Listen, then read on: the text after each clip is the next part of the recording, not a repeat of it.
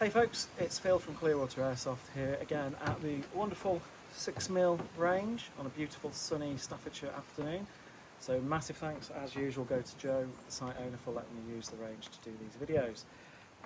And today was a bit of a departure for me and what you might be used to from my channel. I have a rather beautiful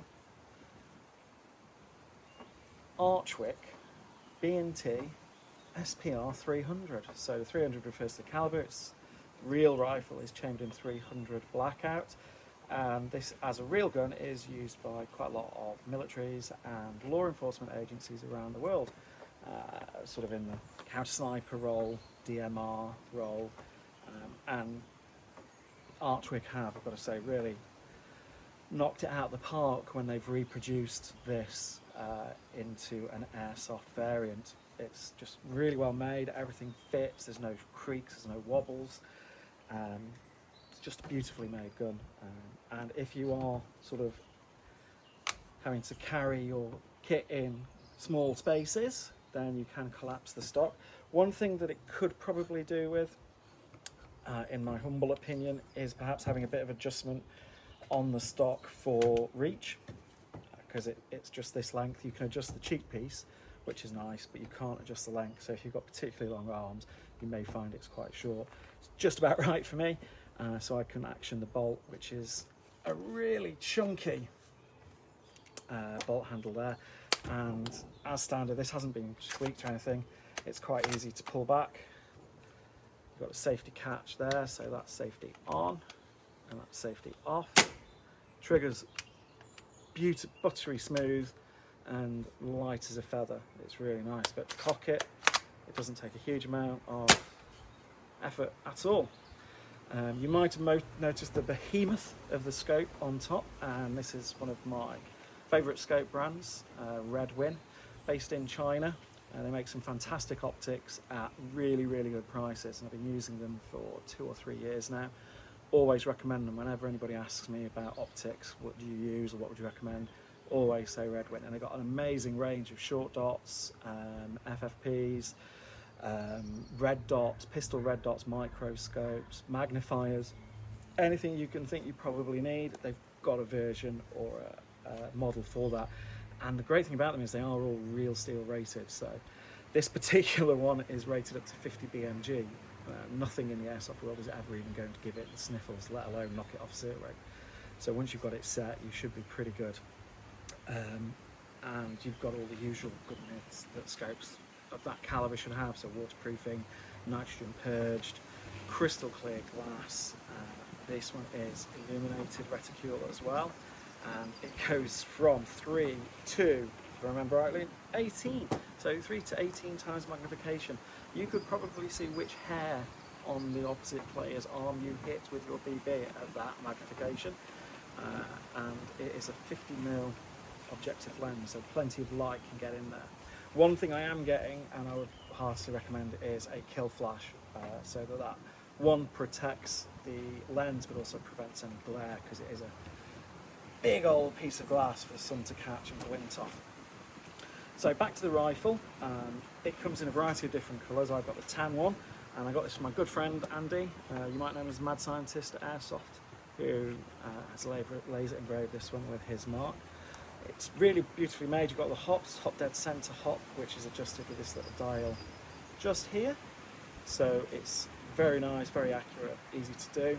And then you've got obviously the top rail where you can put the scopes. Got a rail in front of there as well, so if you need to mount anything else. Say for example you're really switched and you've got a night vision device you want to put in front, you can do that. It's got side rails, so anything you want to put there, torches, lasers, rangefinders will go on there. You can put a bipod in the bottom, and it has QD sockets front and rear, all 4 corners of the frame for QD slings. So you've got plenty of slinging options there if you need them. The pistol grip it's not my favourite, I have to say. It's comfortable, but I think I probably will swap that for a mag pull grip at some point if it will fit on there. Probably have to go on without the beaver tail because of the way the receiver's shaped. Magazine wise, it does take its own proprietary mags. These really nice little mags, very light. They hold, I think, 50 BBs, but be aware, inside the gun, because the mags go here and the chamber is here, there's a tube, which a lot of people will be familiar with sniper rifles, that feeds, so you always lose about 20 BBs in there. But there is a mechanism inside the gun to stop all those BBs falling out when you take an empty magazine out, so you don't constantly lose what are potentially expensive BBs. I believe, although I haven't used it myself because I've got 4 of these mags, there is the ability, if you can see there, to take this bit out and use VSR magazines, I think. I'm not 100% sure on that, but I'm pretty sure that's what I was told when I picked up the gun from Andy.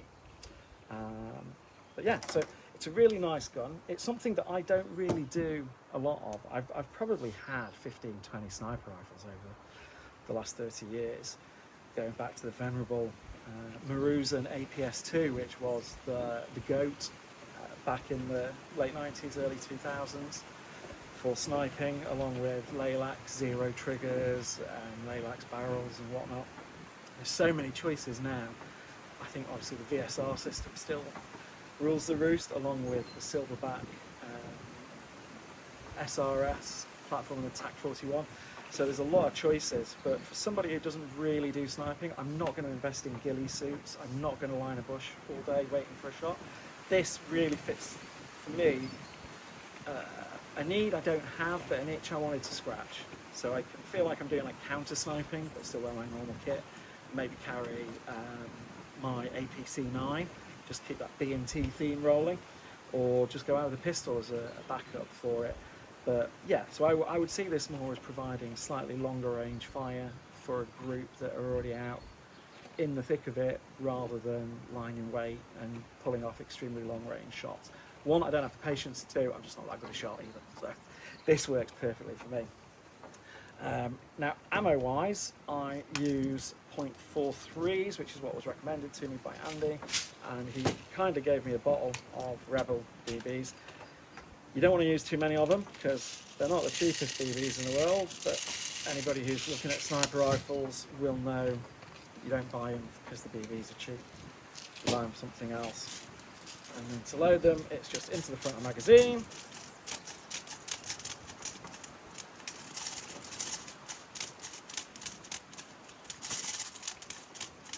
Like so. Will we get any more in? Oh, there we go, I think we've reached capacity. So, put the chrono on, and let's set the BB weight.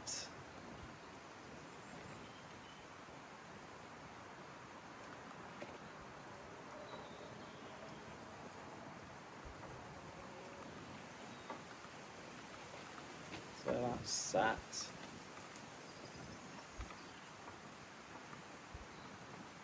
Right then. 0.43, so let's see what it does. So mag clicks in nicely. Cock it. Let's see. So that first shot is 313. So it's just below the limit, 340 here at 6mm. 315.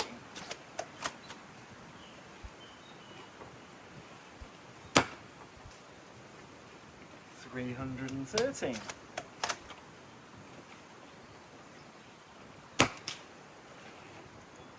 $315. I think you're seeing a theme here. Do one more.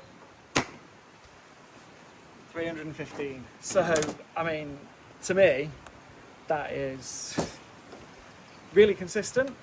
I'm sure some people would say you could get that even better, but I think that's not bad. Range-wise, when I use this recently, it's a bit windy here today, so I'm not going to go for any sort of long-range shots for accuracy, but it was easily reaching out to what Joe has marked as 55 meters and going way past that as well. But the action, as you can see, is really smooth. It doesn't take a lot of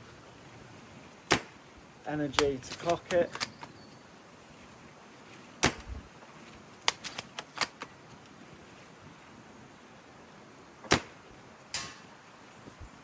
So there we go. Bit of a change for me, a little bit of a shift from always looking at gas guns, and something I hope you find interesting. If you want to see more on the SPR300, drop a comment below. As always, if you have not subscribed, please do subscribe. It's free. It really helps me out with the algorithm, and really appreciate it as well. So thank you for watching, and we'll hopefully see you on the next one. Cheers folks, bye bye.